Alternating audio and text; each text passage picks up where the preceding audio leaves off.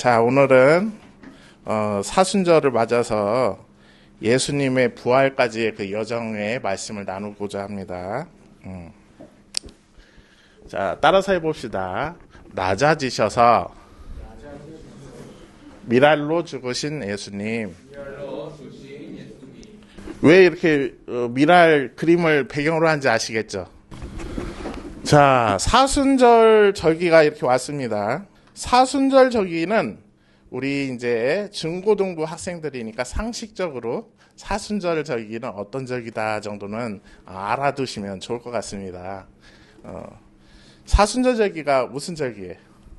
예수님의 십자가와 고난을 묵상하는 기간이다. 이렇게만 하나 정리해 놓으시면 되겠습니다. 따라서 해봅시다. 예수님의 십자가와 고난을 묵상하는 기간. 그 기간이 무슨 절? 사순절. 자, 이제 우리 사순절의 여행을 떠나보도록 하겠습니다. 이 사순절날 예루살렘 성문에 예수님이 계셨어요. 자, 예루살렘 성문. 수많은 사람들이 모여서 종려나무를 들고 메시아가 오신데 예수님을 기다리자. 호산나 호산나 호산나 높은 곳에서 진짜 그 찬양을 부른 건 아니지만 호산나라고 외쳤대요. 네, 그러면서 많은 사람들이 예수님을 메시아로서 기다렸던 것입니다. 사람들은 기대를 하고 있었어요. 어떤 기대를 하고 있었냐? 이스라엘 나라는 외국으로부터 끊임없이 괴롭힘을 당하고 마치 우리나라가요, 여러분들 역사 배우겠지만 일제로부터 많은 핍박을 당했죠. 똑같아요. 이스라엘 백성도요, 바람 잘 날이 없었어요. 그래서 우리나라가 이렇게 항상 괴롭힘을 당하는데 다윗과 같은 위대한 메시아가 짠 나타나서 군사적인 왕이 되어서 외세를 물리치고, 지금 로마의 압제 가운데 있는데 로마를 물리치고 우리나라를 구원할 메시아가 왔으면 좋겠다. 그런데 저번에 누구를 살렸죠? 나사로를 살리신 그 예수님이 다윗을 계승하는 우리의 왕 메시아가 될 거야. 야, 신난다 하면서 사람들이 기대감을 가지고 종려나무를 흔들었던 것이죠. 그런데 그렇게 사람들이 환호를 하고 있을 때 멋지게 짠하고 등장할 수 있겠지만 하면서 백마를 타고 등장할 수 있겠지만 예수님께서는 하는 아주 작고 볼품없는 나귀를 타고 들어오십니다. 아무도 한 번도 타본 적이 없는 새끼 나귀를. 나귀의 높이가 대략 이 정도밖에 안 되니까 이렇게 하면은 이렇게 타고 예수님이 오셨다는 거죠. 여러분들 어저께 BTS 공연을 봤나요? 저도 별로 BTS 관심 없는데 누가 BTS가 막 넷플릭스에서 한대 빨리 봐 해서 8시에 봤어요. 화려하던데요. 그거 보시면은 어때요? 시상식에 유명 배우가 있는데요. 어떤 분은요, 드레스를 입고, 나나나나나, 왜 이렇게 등이 차갑지? 나 등이 환히 보이는 드레스 입었어요. 이뻐요? 그래서, 어저께 저 패션쇼 찍었거든요. 저기, 강변에서, 롯데백화점 그 맞은편에. 패션쇼 하는데, 막 이렇게, 화려한 드레스를 입고 이렇게 우아하게 걷잖아요. 그런데, 어떤 배우가, 허름한 난닝구에 그냥 티셔츠에 아니면은 저 추리닝을 입고 슬리퍼를 직직 그시면서 이렇게 레드 카펫을 걷는다고 생각하시면 전혀 이게 매치가 안 되죠. 여기에는 멋진 턱시도나 멋진 드레스를 입고 우아하게 걸어야 그 배우가 뽐나는 것처럼. 그런데 사람들은 예수님을 왕으로서 대단한 왕으로 기대를 했건만 예수님은 아주 작고 볼품없는 나귀를 타고 예루살렘 성에 입성하신 거예요. 이런 나귀죠. 자, 이런 100마 정도는 타주셔야지. 나를 따르라 하면서 이렇게 나타나셔야 되는데. 그래서 이때 당시에 그 헬라인들, 즉 그리스인들이 있었는데요. 이 그리스인들은 예수님을 만나고 싶었죠. 이유가 뭐냐? 예수님이 저번에 나사로를 살렸어. 죽은 사람을 살렸어. 대단한 기적이야. 아무나 할 수 없는 기적인데 그런 기적을 일으키신 분이야말로 우리 이스라엘을 구원시킬 분이에요. 나는 비록 정통 유대인은 아니고 헬라인이지만 나는 지금 유대교로 개종을 했어. 그러니까 이 예수님을 만나면 멋진 얘기를 해줄 거야. 그때 당시 헬라인들의 사고방식은 전쟁에서 이기고 돈을 많이 벌고 떵떵거리면서 잘 사는 것이 성공이라고 생각했죠. 그래야만 그 성공한 사람들만이 천국에 가고 실패한 사람들, 즉 가난한 사람들, 병약한 사람들은 지옥에 간다는 희한한 논리를 갖고 있었어요. 좀 특이하죠. 그러니까 예수님이야말로 이 로마의 압제에서 유대 나라를 구원할 왕으로 착각하고 찾아간 것이에요. 그래서 빌립에게 말을 했죠. 우리가 이러이러해서 예수님을 뵈러 왔습니다. 예수님 좀 만나게 해주십시오. 그러자 이제 예수님이 그 얘기를 듣고 딱 나타났습니다. 그리고 다짜고짜 하시는 설교가 한날의 미래에 대해서 말씀을 하셨습니다. 예수님께서 먼저 이렇게 말씀하십니다.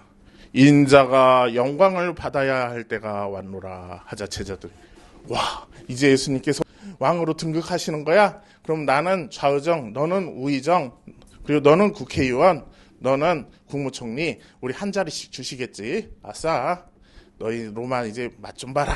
그런데 예수님께서 갑자기 한 알의 밀알이 되어야 한다, 이런 말씀하시는 거예요. 내가 진실로 너에게 이르노니 한 알의 밀이 땅에 떨어져 죽지 아니하면 한 알 그대로 있고 죽으면 많은 열매를 맺느니라. 이거 죽는다는 것은 약간 부정적인 의미인데 왜 예수님이 죽는다고 하시지? 그리고 한 알의 밀은 좀 볼품없잖아. 근데 어제 제가 영록 선생님과 만나서 얘기를 했어요. 여러분들, 한 알의 밀이 땅에 떨어져서 죽으면은 열매를 맺는 게 아니래요. 발화를 하는 과정조차도 한 알의 밀은 사실 살아있어요. 그 생식 과정을 통해서 새싹이 나오고 그러면서 열매가 나는 거죠. 이게 과학적인 거예요, 사실은. 그런데 예수님의 그 시대에는 과학이 발전되지 않았겠죠. 그러니 예수님의 관점에서는 그 밀알이 죽어서 썩어서 뭔가 거기서 열매가 나는 걸로 생각하신 거예요. 근데 그것은 사실 죽음을 말씀하신 것은 곧 예수님께서 어디 위에서 죽으신다는 것을 의미하나요? 상징적으로 십자가 위에서. 이 밀알은 즉 예수님 자신을 말하고 있죠. 자기 자신이 십자가 위에서 죽어야 수많은 인류가 구원을 받는다라는 것을 상징적으로 말씀하신 거예요. 그러니까 이 밀알이 죽어야만이 열매를 맺는 거. 그렇죠. 그것을 말씀하시는 겁니다. 그런데 헬라인들은 놀랐죠. 죽으라고? 우리는 지금 예수님이 위대한 왕이 되실 걸 기대하셨는데 예수님 아까 나귀 타시는 것도 좀 이상했는데 왜 이러시나? 이렇게 이제 자꾸 갸우뚱하게 되는 것입니다. 우리가 그때 당시 예수님이 제자였어도 똑같을 거예요. 우리도 이상한 상상을 하고 있겠죠. 예수님 옆에서 한 자리 차지해야지, 영광을 누려야지, 이런 상상을 하고 있었지만 예수님의 관점은 전혀 달랐어요. 예수님은 십자가에서 죽으실 것을 말씀하시고 낮고 천한 너희를 위해서 왔으니 나는 낮고 천한 나귀를 타고 입성할 거야 하고 나귀를 타고 입성하십니다.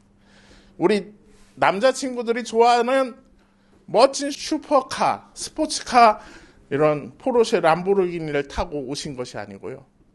부둥부둥 팡팡팡팡 스쿠터 있죠. 그거 스쿠터 아세요? 작은 거. 그거 타고 오신 거예요, 예수님이. 저는 가끔 어린이들이 그린 그림을 보면 천진난만하고 뭔가 마음이 힐링이 되죠. 이런 그림, 아이들이 그냥 그린 그림 같지만 뭔가 이 아이들의 명랑함이 그림에 묻어 있잖아요. 그렇죠? 그러니까 가끔은 제가 머릿속이 복잡할 때, 걱정이 가득할 때 어린이들을 보면 참 좋잖아요. 저번에 설날이 있었죠. 구정 때도 장을 보러 슈퍼를 가는데 어떤 친구가 저를 처음 봤는데 안녕하세요, 새해 복 많이 받으세요 하더니 부끄러운지 쏙 들어가.